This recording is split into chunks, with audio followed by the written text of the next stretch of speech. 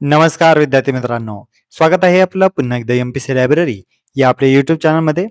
विद्यार्थी मित्रांनो, आज आहे 20 एप्रिल 2026. सुरू करूयात आजच्या चालू घडामोडी. आज आपण पाहणार आहोत स्मृती मंदना हिच्या नावे अजून एक विक्रम झालेला आहे या संदर्भात माहिती. नुकताच आसामचा बिहू सण हा अंतराळामध्येही साजरा करण्यात आलेला आहे या संदर्भात माहिती.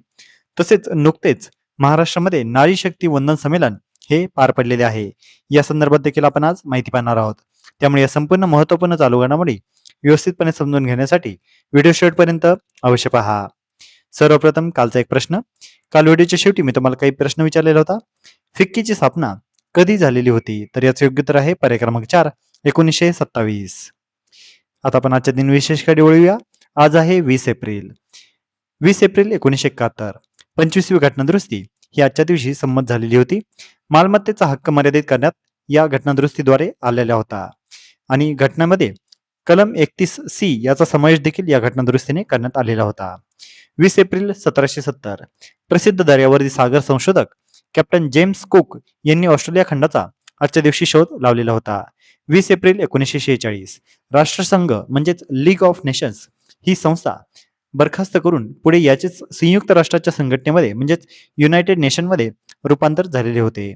20 एप्रिल 1749 मराठा सत्तेचा ध्वज अटकेपार नेणाऱ्या पेशव्यांचे श्रद्धास्थान असलेल्या देवदेवेश्वर मंदिराची नानासाहेब पेशवे यांनी पर्वतीवर स्थापना केलेली होती. 20 एप्रिल 1889 नाझी हुकुमशहा तसेच दुसऱ्या महायुद्धाचा प्रारंभ करणारा हिटलर याचा आज जन्मदिवस. तर विद्यार्थी मित्रांनो, हे होते आजचे दिन विशेष. आता आपण आजच्या चालू घडामोडींना सविस्तरपणे जाणून घ्यायला सुरुवात करूया. प्रश्न क्रमांक पहिला. आंतरराष्ट्रीय T20 मध्ये सर्वाधिक धावा करणारी पहिली भारतीय महिला फलंदाज कोण ठरलेली आहे? तर याचे योग्य उत्तर आहे पर्याय क्रमांक 3, स्मृती मंदना. स्मृती मंदना हिच्या नावे अजून एक विक्रम झालेला आहे. आंतरराष्ट्रीय T20 क्रिकेटमध्ये सर्वाधिक धावा करणारी ती पहिली भारतीय फलंदाज ठरलेली आहे. तिने 4240हून अधिक धावा केलेल्या आहेत. 17 एप्रिल 2026 या दिवशी तिने हा विक्रम केलेला आहे. दक्षिण आफ्रिकेविरुद्धच्या पहिल्या महिला T20 सामन्यामध्ये तिने हा विक्रम केला. तिने भारताच्याच रोहित शर्मा याचा विक्रम मोडलेला आहे. स्मृती मंदनाची एकंदरीत T20 आकडेवारी काय आहे? तर एकूण धावा आहेत 4240, सामन्यांची संख्या आहे 161, तिचं ॲव्हरेज आहे 30.31, स्ट्राईक रेट आहे 124.38, तिच्या नावे 1 शतक आणि 33 अर्धशतक आहेत. तर तिचा सर्वोच्च स्कोर हा 112 आहे. इंग्लंड विरुद्ध 2025 यावर्षी तिने हा सर्वोच्च स्कोर केलेला आहे. महिला T20 जागतिक यादीमध्ये स्मृती ही दुसऱ्या क्रमांकावर झालेली आहे. सुजी बेट्स न्यूझीलंडची ही पहिल्या क्रमांकावर आहे. तिच्या नावे 4717 धावा आहेत. दुसऱ्या क्रमांकावर आहे स्मृती मंदना भारत 4244 धावा. तर तिसऱ्या क्रमांकावर आहे हरमनप्रीत कौर भारत सुमारे 3869 धावा. पुढचा प्रश्न. महाराष्ट्र विधान परिषद निवडणूक 2026 मध्ये एका उमेदवाराला निवडून येण्यासाठी किती मतांचा कोटा हा आवश्यक आहे? तर याचे योग्य उत्तर आहे पर्याय क्रमांक 2, 28. महाराष्ट्र विधान परिषद निवडणूक ही आता नुकतीच जाहीर झालेली आहे. एकूण 9 जागांसाठी ही निवडणूक जाहीर झालेली असून 12 मे 2026 या दिवशी निवडणूक पार पडेल. अगदी त्याच दिवशी संध्याकाळी 12 मे 2026 याच दिवशी याचा निकाल देखील जाहीर करण्यात येणार आहे.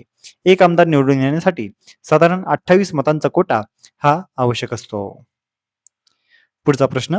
बिहू हा सण कोणत्या राज्याशी संबंधित आहे? तर याचे योग्य उत्तर आहे पर्याय क्रमांक 2, आसाम. आसामचा बिहू सण नुकताच अंतराळामध्ये देखील साजरा करण्यात आलेला आहे. आसामी नववर्षाची सुरुवात असलेल्या रोंगाली बिहू सणाचा उत्साह आसाममध्ये दिसत असतानाच आंतरराष्ट्रीय अवकाश स्थानकामध्येही एका अमेरिकी अवकाशवीराने हा सण पारंपरिक पद्धतीने साजरा केला.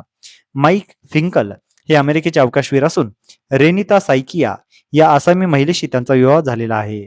फिंकल हे सध्या आंतरराष्ट्रीय अवकाश स्थानकामध्ये आहेत. तेथे त्यांनी बिहू निमित्त आसामी गामोसा म्हणजेच गमछा हा आपल्या गळ्याभोवती गुंडाळून आसामी संगीताच्या तालावर नृत्य केले. आता यामुळे आपण काही महत्वाचे उत्सव आणि त्यांची राज्ये अशा पद्धतीची माहिती पाहूया. कुलू उत्सव हिमाचल प्रदेश, बिहू उत्सव आसाम, उगादी उत्सव आंध्र प्रदेश आणि कर्नाटक, छठ पूजा बिहार, बैसाखी हरियाणा, करम उत्सव तुसू झारखंड, ओनम केरळ, पोंगल जलिकट्टू तामिळनाडू, हॉर्नबिल उत्सव नागालँड, लोहरी बैसाखी पंजाब, गंगा महोत्सव उत्तर प्रदेश, बोनालू बुतकम्मा तेलंगणा, तीज राजस्थान आणि ट्युलिप फेस्टिवल जम्मू आणि काश्मीर. पुढचा प्रश्न, कोयना धरण हे कोणत्या जिल्ह्यामध्ये आहे? तर याचे योग्य उत्तर आहे पर्याय क्रमांक 3, सातारा. नुकतेच कोयनेमधून 2005 मेगावॅट विक्रमी वीज निर्मिती ही करण्यात आलेली आहे. वीज निर्मितीची तिची एकूण क्षमता आहे 1956 मेगावॅट आणि वीज निर्मिती झालेली आहे 2005 मेगावॅट. म्हणजेच इतिहासामध्ये प्रथमच 1.25 तासामध्ये 49 मेगावॅट जादा वीज निर्मिती ही करण्यात आलेली आहे. त्यामुळे सध्या कोयना धरण हे चर्चेमध्ये आहे. या संदर्भात थोडक्यात माहिती पाहूया. कोयना धरण याचं ठिकाण आहे कोयना नगर, सातारा जिल्हा. 1956 मध्ये कोयना धरणाचे काम सुरू झालेले होते. 1963 मध्ये पहिले टर्बाईन हे कार्यान्वित झाले. या कोयना धरणाला एकूण 6 दरवाजे आहेत आणि येथील जलाशयाचे नाव आहे शिवसागर तलाव.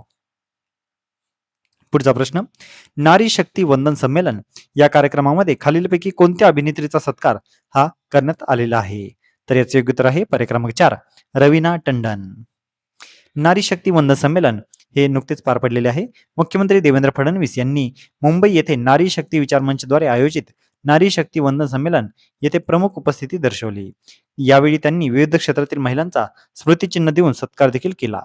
सत्कार करण्यात आलेल्या महिला आहेत पद्मश्री रवीना टंडन अभिनेत्री, अर्चना कोचर फॅशन डिझायनर, स्नेहलता स्वामी तहसीलदार, रुबल नागी ग्लोबल टीचर पुरस्कार विजेत्या, वैशाली सामंत गायिका, प्राजक्ता माळी अभिनेत्री, प्राध्यापिका उज्ज्वला चक्रदेव SNDT महिला विद्यापीठाच्या कुलगुरू, तर मंत्री आहेत आदिती तटकरे. या सर्वांचा पुरस्काराचा सन्मान यावेळी करण्यात आला. तर विद्यार्थी मित्रांनो, या होत्या आजच्या चालू घडामोडी. आजच्या महत्त्वपूर्ण चालू घडामोडीवर आधारित मी आता एक प्रश्न विचारणार आहे, ज्याचं उत्तर तुम्ही सर्वांनी आता कमेंटमध्ये द्यायचं आहे. प्रश्न आहे, आंतरराष्ट्रीय अवकाश स्थानकामध्ये बिहू हा सण साजरा करणारे अवकाशवीर कोण आहेत? तर यासाठीचे पर्याय आहेत पर्याय क्रमांक 1, सुनीता विल्यम्स, पर्याय क्रमांक 2, माईक फिंकल, पर्याय क्रमांक 3, क्रिस हॅडफिल्ड आणि पर्याय क्रमांक 4, स्कॉट केली. तर विद्यार्थी मित्रांनो, तुम्ही सर्वांनी आता या प्रश्नाचं योग्य उत्तर कमेंटमध्ये द्यायचं आहे. जे कोणीही विद्यार्थी या प्रश्नाचं योग्य उत्तर कमेंटमध्ये देतील त्याच्या कमेंटला नक्कीच लाईक देखील देण्यात येईल. तर विद्यार्थी मित्रांनो, या होत्या आजच्या चालू घडामोडी.